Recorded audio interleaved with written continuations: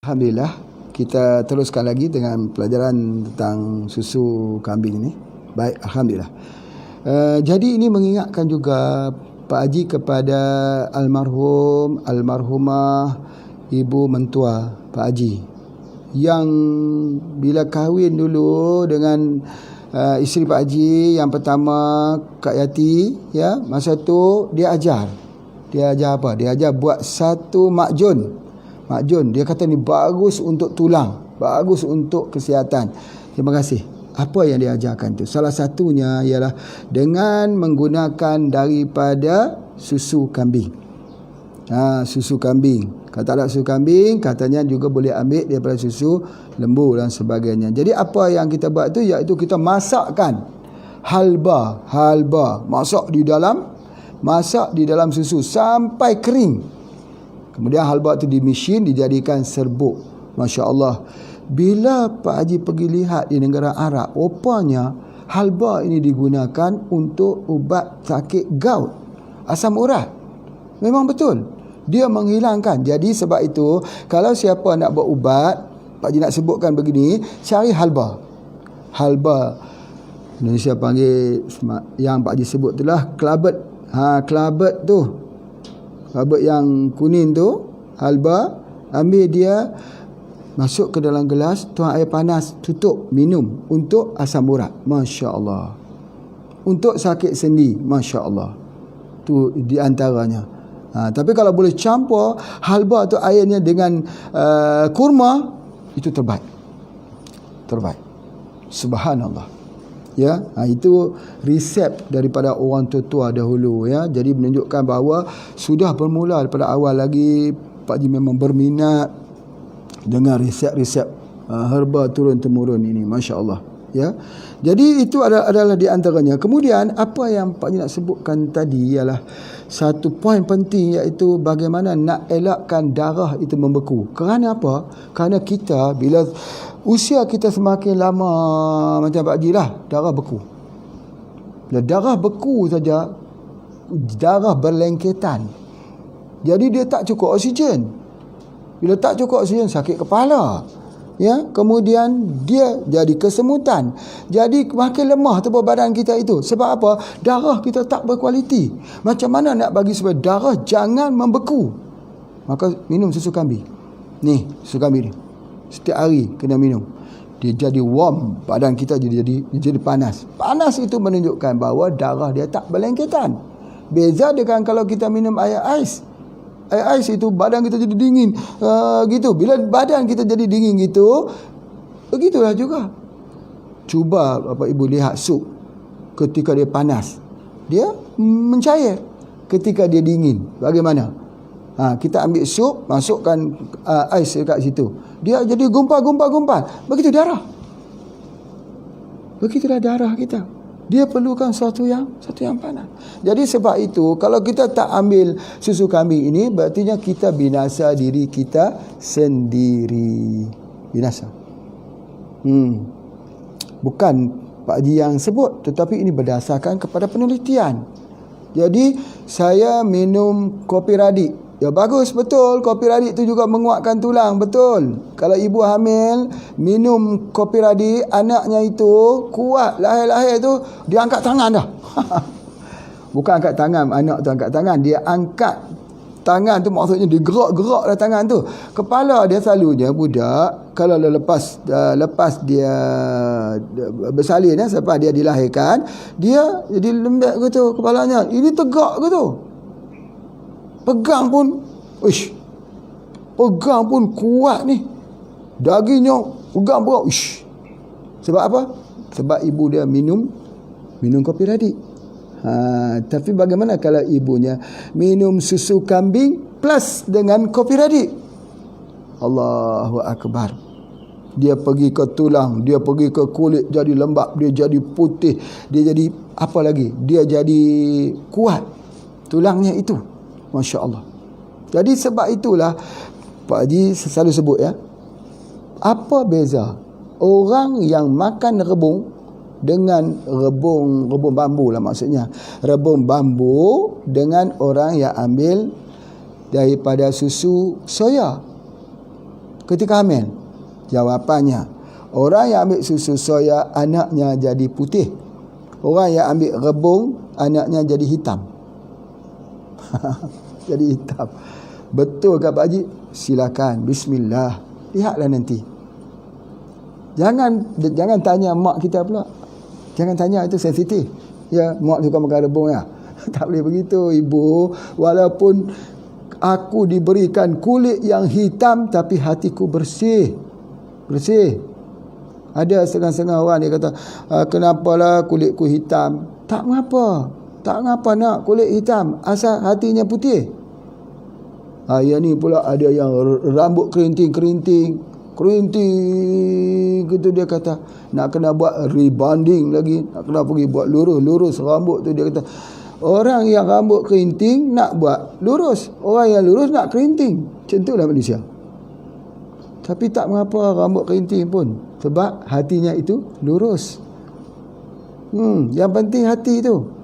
Hati itu adalah. Jadi oleh sebab itu, bila dia ambil rebung, dia jadi hitam. Dia ambil soya, dia jadi putih. Kalau dia ambil sarang burung, sarang burung apa, walet, sarang walet itu, dia jadi putih. Baik, macam mana kalau dia minum susu daripada susu kambing? Dia jadi hitam ke jadi putih?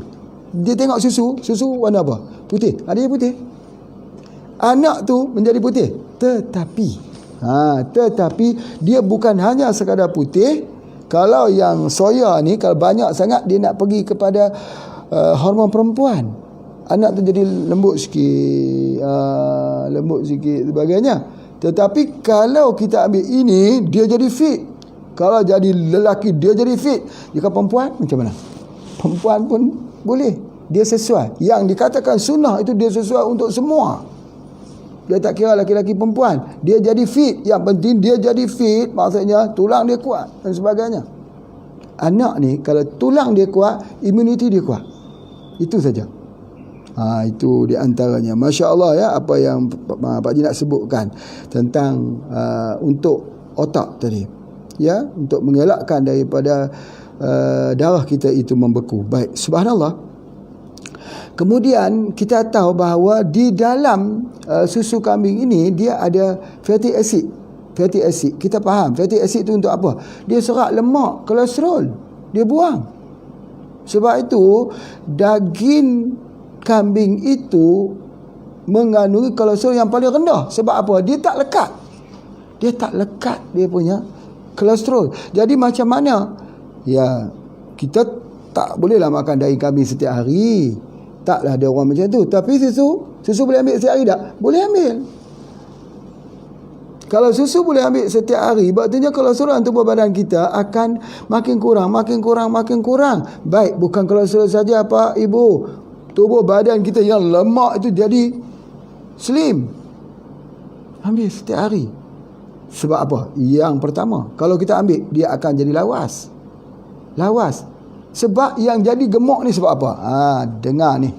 Pak Haji nak bagi satu formula baru ya, untuk kita fikirkan dalam dunia medis. Gemuk ni kebanyakan berlakunya peradangan. Di mana? Di usus. Tu di antaranya. Jadi apabila ada peradangan di usus, maka menyebabkan dia tak boleh keluar, dia disembelit. Bila dia jadi sembelit itu mendatangkan semua penyakit asid asam dalam tubuh badan. Kan kita belajar dulu bahawa selagi ada asid tinggi dalam tubuh badan kita, selagi itu kita tak boleh rawat apa pun. Kena keluarkan asid dulu. Lawaskan dulu. Kalau ambil herba ada setengah yang sembelit. Betul. Ada orang kata herba ini ada serat yang tinggi, boleh hilangkan sembelit. Minum sembelit juga. Kita kata jangan lupa ambil buah. Minum buah sembelit juga. Minum air buah sembelit juga. Mana salahnya? Radang apa? Radang usus. Bagaimana kita nak hilangkan radang usus? Maka ini disebut sebagai oligosaccharide. Apa tu? oligosakarida ni, apa dia? Dia adalah bahan yang ada di dalam susu ibu. Sebab itu anak-anak, kalau kita bagi dia minum susu ibu, dia tak sembelit. Dia sembelit bila ada masalah makanan luar masuk. Ya, jadi dia tak sembelit. Macam mana kalau anak-anak sembelit? Anak-anak sembelit macam-macam ya, kita boleh gunakan, antaranya minyak bubut, MPH, disapukan, dituangkan sedikit ke dalam pusarnya. Dia menyerap kat situ. Sangat-sangat baik. Tetapi yang terbaik sekali minyak yang dibuat daripada minyak jarak. Minyak jarak. Tahu tak buah jarak ni buah apa? Kalau di Indonesia, Pak Haji tak tahulah buah jarak tu, tapi mungkin panggil jarak juga ya. Jarak yang dulu Pak Haji cerita macam mana ambil daun jarak untuk buat jantung berlubang. Tapi hari ni Pak Haji nak cerita macam mana nak buat untuk anti sembelit dengan daun jarak. Daun jarak. Ambil daun jarak je lah, potong. Lepas tu tumbuk-tumbuk kan? Tak apa, masuk dalam minyak. Biar 40 hari. Lepas tu minyak tu dah jadi minyak jarak. Daripada daun? Ya, daripada daun. Daripada bijinya boleh tak? Boleh, tapi ambil daripada daun. Nanti kita akan ajar. Jadi bila kita ambil itu, maka minyak itu namanya minyak jarak. Jadi kalau anak-anak itu tak mau BAB, orang tua tak mau BAB, tuangkan minyak jarak itu di dalam pusarnya. InsyaAllah hilanglah. Sebentar saja dia sudah jadi, boleh buang ususnya itu. Jadi sebab itu Pak Haji nak sebutkan bahawa banyak masalah ini ialah kerana radangnya di mana? Di dalam usus. Sembelit itu radang. Dia jadi pocket bowel, diverticulitis. Dia jadi penyakit-penyakit apa yang kita sebut sebagai balloon sigmoid. Jadi macam-macam penyakit itu. Itu semua radang. Bengkak, pembengkakan, pengecutan, semua adalah radang di usus. Macam mana caranya? Itu dia panggil oligosakarida. Mana oligosakarida saya nak dapat Pak Haji? Adakah Pak Haji jual oligosakarida? Jual. Di mana ni? Ni? Susu kambing? Tak ada lah tulis ni oligosakarida. Tak ada lah. Sebab ni kuliah. Kita belajar dalam kuliah saja. Itu ada di antaranya. Jadi subhanallah. Jadi oleh sebab itu bila kita ambil sini oligosakarida ini, Pak Haji dah sebut dah. Masalah usus, tengok ya. Masalah usus. Kita nak tengok macam mana berlakunya peradangan usus. Ni, nafas kita nafas kita terhenti atau bukan terhenti lah, nafas tu mati. Dia ni tersekat, tak pas lah. Bila ada masalah kat hidung ni, masalah di usus. Yang tu kita belajar nanti ikut kuliah ya. Mata untuk hati, telinga untuk ginjal, lidah, mulut macam mana ya, limpa, lidah, jantung. Orang yang sakit jantung, ambil ubat sakit jantung, letak mana? Bawah lidah. Lidah dia pergi ke jantung. Cepat ya, baik. Tapi ini yang Pak Haji nak sebutkan ialah ni, hidung. Tersumbat. Masalahnya apa dia? Ada peradangan di usus. Peradangan di usus ini dia menyebabkan apa? Kerana dia tak cukup bahan. Itu banyak orang nak pergi cari yogurt lah, Yakult lah. Kalau pergi dengan Arab, Pak Haji selalu sebut laban. Laban tu ialah susu lah. Susu. Ya, istilah dalam bahasa Arab tu. Jadi oleh sebab itu, maka senang saja dia dengan mengatasi masalah sembelit ni, susu kambing. Apakah kami tak perlu makan pelawas Pak Haji? Makanlah pelawas. Kalau tak makan pelawas, siapa yang nak makan lagi? Tak boleh jual lah Pak Haji. Jadi beli susu kambing sudahlah. Tak betul begitu. Dan ada setengah yang serius-serius susu kambing ni kena bantu dengan pelawas. Ini ni untuk jual pelawas atau benar? Benar. Kalau bantu dengan pelawas tu dia flush terus. Dia bersih habis. Jadi itu adalah di antaranya. Baik, jadi oleh sebab itu radang usus ini sangat-sangat penting. Kalaulah bapa ibu tak faham yang Pak Haji sebut banyak-banyak tadi, tak faham lah, kata faham satu saja, dia untuk menghilangkan sembelit, menghilangkan radang di usus. Masya Allah, dah cukup merangkul kesemuanya. Kenapa orang obes? Sembelit. Kenapa lemak tak boleh dikeluarkan dalam tubuh badan? Sembelit.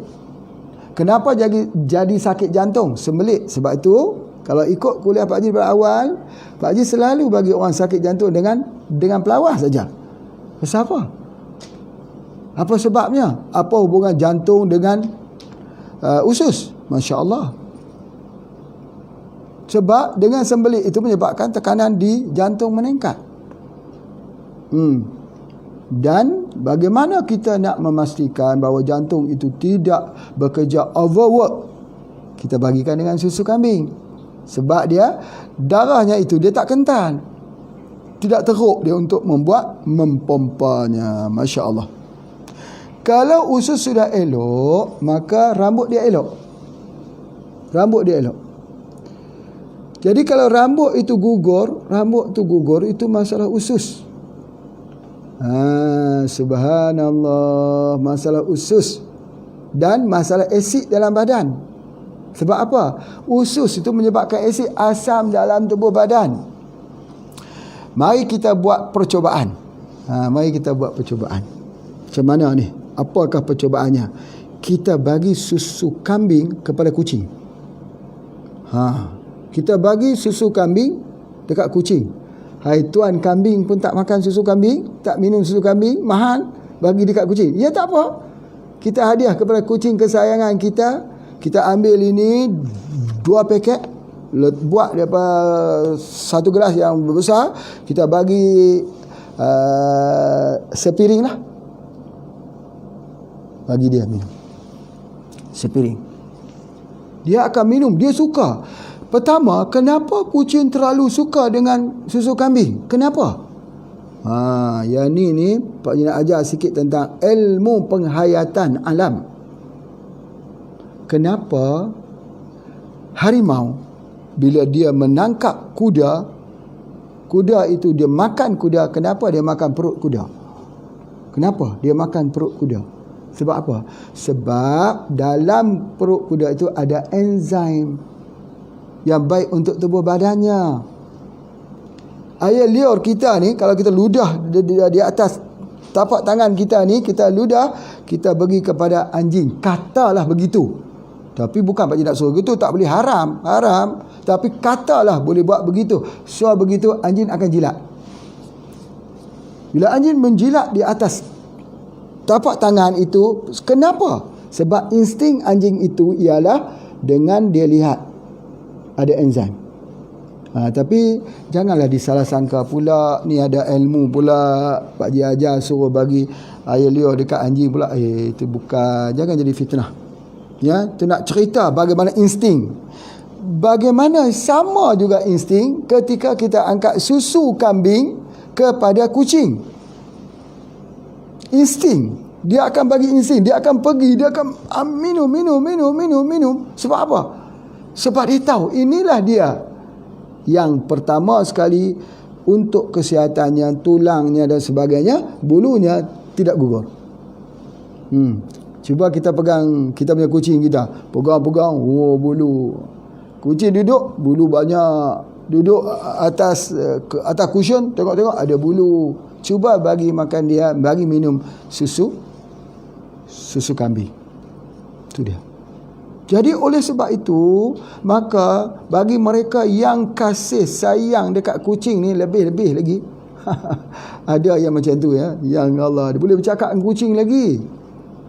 Boleh cakap. Baguslah, hati halus, bagus.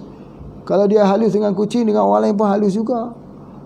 Jadi ketika dia boleh bercakap dengan kucing, kenapa ni? Kucing pun tengok saja. Dia tengok mata kucing, kucing pun tengok mata dia. Dia kata lain kali jangan duduk di sini, duduk dekat sini. Kucing faham kucing ni, bapa ibu. Jangan kita kata tak faham dia.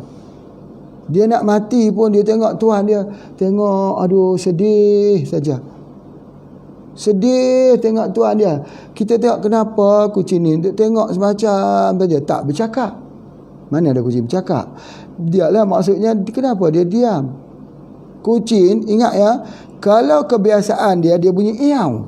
Iau, iau, iau, itu kebiasaan. Tapi kalau dia bercakap, dia bunyi itu artinya dia bercakap. Dia nak sampai sesuatu dalam bahasa dia. Kalau dia happy-happy, dia iau gitu. Tetapi kalau dia mula ada lain pada iau, dia punya ada apa yang macam orang duduk merungut tu. Apa ni kenapa kuliah tak habis lagi lama sampai. Macam tu lah. Dia kalau dia duduk merungut misalnya macam tu. Itu bahasa kucing. Kena boleh. Dan kalau kita nak pelihara kucing, kena tengok mata dia. Tengok mata dia. Dan kalau kucing tu warna dia tu lebih pada 3, ataupun warna mana lebih pada 3 warna lah. Kata ada warna sikit, warna hitam, warna putih, ada warna apa. Biasanya kucing ni dia aktif sikit, dia nakal sikit. Tapi kalau bagi minum POC, jinak terus. Jinak tu sampai dia, ya Allah, kita lihat dia tu macam, bukanlah menyamakan dia seperti manusia, bukan, tetapi kalau kita tengok dia macam ada perasaan betul-betul tu. Dia tengok kita macam dia ada perasaan. Dia sedih dan sebagainya. Dan ada juga kucing bila dah tuan dia meninggal, dia sedih duduk, tak mau makan.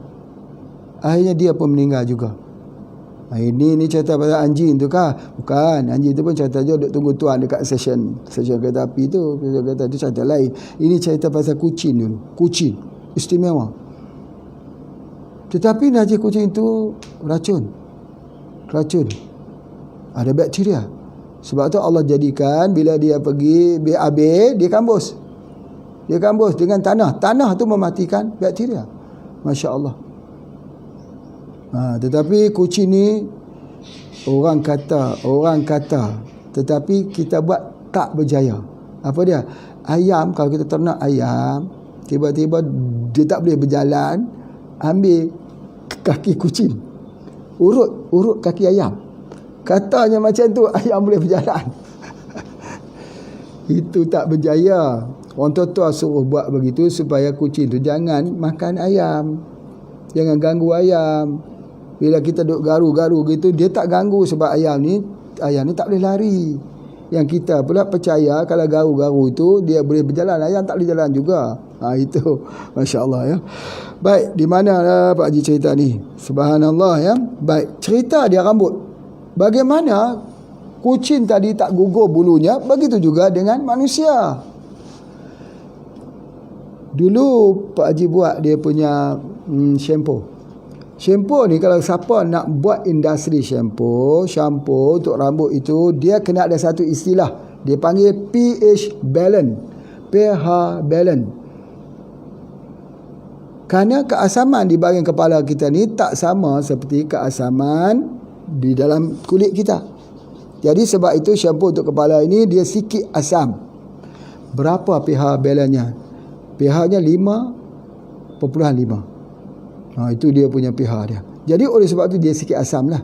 Jadi oleh sebab itu, maka kalau sabun itu dibuat shampoo, maaf ya, sabun rambut, shampoo dibuat tak mengikut pH balance ini, rambut rosak.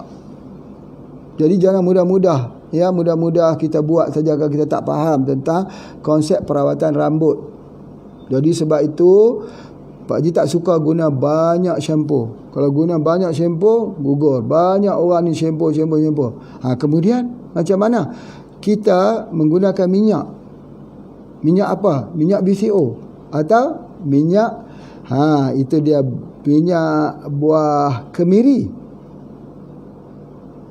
Baik sekali supaya jangan rosak rambut kita. Itu antaranya. Jadi oleh sebab itu maka pH balance ini ada dalam susu kambing. Bila kita minum susu kambing ini, badan kita akan dapat pH balance. Dia akan dapat menetraliskan pH balance kita. InsyaAllah. hebatlah. Susu kambing ni sangat hebatlah. Jadi kalau mereka yang masih lagi tidak mengambilnya, Masya Allah, tak tahulah. Dan dia mudah hazam. Susu kambing banding dengan susu sapi, susu lembu, susu kambing ini mudah dicerna. Susu sapi susah sikit dicerna. Sebab tu ada masalah lactose intolerance. Ya, sebab apa? Sebab Pak Ji dah sebutkan, kita kekurangan enzim lactase. Kekurangan enzim itu, maka bila kita tak sesuai dengan sesuatu susu itu, dia jadi kembung. Bila dia jadi kembung, dia nak muntah, dia jadi mencret, diarrhea dan sebagainya. Ini maknanya lactose intolerance. Tetapi tidak berlaku pada susu kambing. Tak berlaku. Pasal apa? Sebab dia susu yang mudah dicerna, yang mudah dihazamkan. Itu adalah antaranya. Begitu juga dengan orang yang ambil susu yang ada masalah gallbladder stone, ada masalah batu empedu. Cairan empedu tadi, bile itu dia panggil, bile cairan itu yang dikeluarkan daripada empedu tadi adalah untuk menetralkan balik, supaya jangan jadi asam kepada susu yang kita minum. Tapi oleh kerana tak boleh keluar, kerana terhalang, bile itu tak boleh keluar kerana terhalang dengan batu gallbladder stone ni, terhalang gitu, maka menyebabkan susu jadi kembung. Bila dia kembung tu, dia menikah ni di ulu hati ni. Sama juga seperti orang yang ada mah. Macam mana ni? Bulan Ramadan ni kita dah tak makan, jadi mah macam mana? Ingat, ada 2 formula Pak Ji bagi sini. Yang pertama, herba 7 angin. 2, berganti-gantian di antara 7 angin dan antiret. InsyaAllah sembuh total dengan izin Allah. Berganti-gantian. Berapa banyak? Ambil kalau 7 angin 3. Hari ni ambil 7 angin, besok ambil antiret. Berapa pula antiret ni? 2. Lusa ambil apa? 7 angin balik. 3. Masya Allah sembuh. Tetapi ingat tak formula dia? Kalau dah sakit tu, sakit sangat-sangat itu, kita jangan tunggu 3. Jangan tunggu waktu malam, tunggu pagi tunggu siang. Bukan begitu. Ambil 1 jam sekali. 3, sejam sekali, 3, sejam lagi, 3. 3 kali kita ambil selang sejam, insya-Allah dah reduce dah penyakit kita tu, dah banyak sekali kita dah makin lega. Cuma nak tunggu dia heal, sebab dia luka. Nak tunggu dia tutup luka tu perlu 1 hari atau 2 hari. Sembuh dengan izin Allah, wujud balik mukosa. Itu di antaranya. Sebab ambil susu sapi, di mana tubuh badan itu dia ada masalah batu empedu. Tetapi ini tidak. Ini malah dia hilang, malah menghilangkan. Dan selalunya orang sebut kalau kena keracunan minum susu, kerana minum susu itu boleh menghilangkan keracunan. Masya Allah, betul, minum susu boleh menghilangkan keracunan. Masya Allah. Baik, kemudian ada satu lagi yang Pak Ji nak sebutkan ni, ialah appendix, usus buntu atau appendix, yang jadi kalaulah orang tu dia sakit yang sangat-sangat sakit, duduk dia appendix. Appendix ni sakitnya sebelah mana? Sebelah kanan. Ya, kalau gastrit mah sebelah kiri. Appendix sakitnya sebelah kanan. Dia duk pegang ni sebelah kanan tu. Ya, sebab appendix itu duduk dia punya sebelah kanan. Jadi sebelah kanan ini kalau dia dah mula sakit dekat situ, maka kita gunakan susu kambing. Jangan ambil susu sapi, jangan, bertambah sakit. Susu kambing. Lepas kita ambil itu, dia radang, appendix tu dia jadi peradangan di usus buntu tu. Dia jadi merah, radang, sakit. Ya, dia akan hilang peradangan. Insya-Allah. Kalau peradangan di luar, kita boleh sapu dia dengan apa ya? Misalnya, kalau kita ada sakit peradangan di dalam perut kita, kita boleh ambilkan tanah liat putih, campur dengan air, disapukan untuk kita sejuk. Peradangan di bahagian paru-paru kita, kita ambil tanah putih, kita sejuk-sejukkan. Bisul, kita ambil tanah putih, kita sejuk-sejukkan. Atau arthritis, kita ambil yang tanah putih, lalu kita sejuk-sejukkan. Tetapi bagaimana kalau peradangan itu berlaku dalam tubuh badan? Kita nak rawat dalam tubuh badan. Ya betul, di luar pun mesti kena sapu. Kena guna juga daripada tanah liat putih. Tanah liat putih tu putih juga macam susu. Untuk radang, sapu. Tetapi minum, kena minum. Minum apa untuk hilangkan peradangannya? Susu kambing. Masya Allah. Itu adalah antaranya. Baik. Kemudian seterusnya, ya, alhamdulillah kita sambung sedikit lagi bahawa dia ini meningkatkan zinc dan selenium. Subhanallah. Dua ini dipanggil powerful antioksidan. Zinc pun powerful antioksidan, selenium pun powerful antioksidan. Ya, kalau siapa nak kaji tentang antioksidan, kajilah mineral yang ada dalam susu kambing. Dia menambahkan, meningkatkan penyerapan juga. Jadi kalau kita ambil makanan-makanan itu, dia menyerap juga dan dia juga menghasilkan. Subhanallah. Maha suci Allah yang telah menciptakan begitu baik sekali. Dan begitu juga yang Pak Haji sebutkan, Pak Haji ulangkan sikit lagi, iaitu dia mencerahkan kulit kerana lactic acid yang ada pada dirinya, iaitu guna sabun tadi. Jangan lupa order sabun. Ya, order sabun dengan kita. Baik. Kemudian yang terakhir sekali, Pak Haji nak sebutkan ialah keupayaannya menyerap zat besi. Ini penting.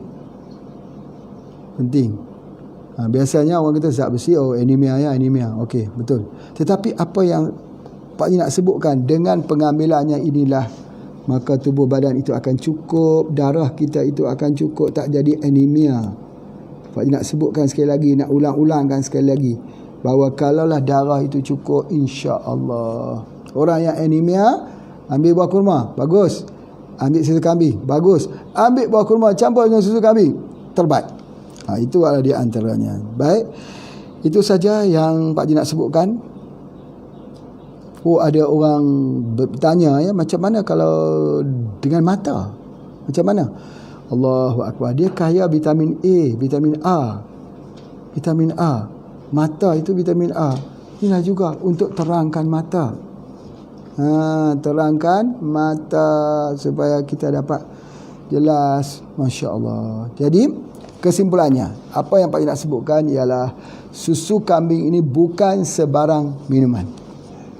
Minuman yang diceritakan dalam Al-Quran, yang disediakan dalam bentuk sungai di dalam syurga, yang digunakan oleh para nabi sejak daripada Nabi Adam alaihissalam sampailah kepada Nabi Muhammad sallallahu alaihi wasallam. Ya, digunakan oleh para nabi.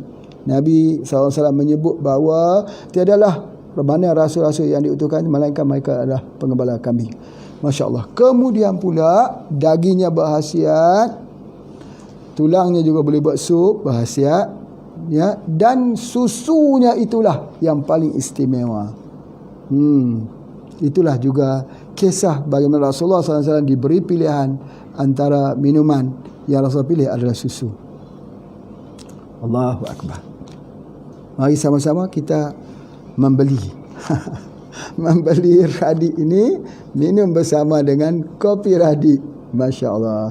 Terima kasih semua yang mengikuti. Mohon maaf kalau ada bahasa yang tidak indah didengar oleh telinga. Tidak adalah di hati Pak Haji ini nak mendatangkan masalah tak gemiti bapa sekalian. Tidak. Semuanya ya, kadang-kadang manusia ini ada khilafnya. Mohon maaf sebesar-besarnya. Assalamualaikum warahmatullahi wabarakatuh.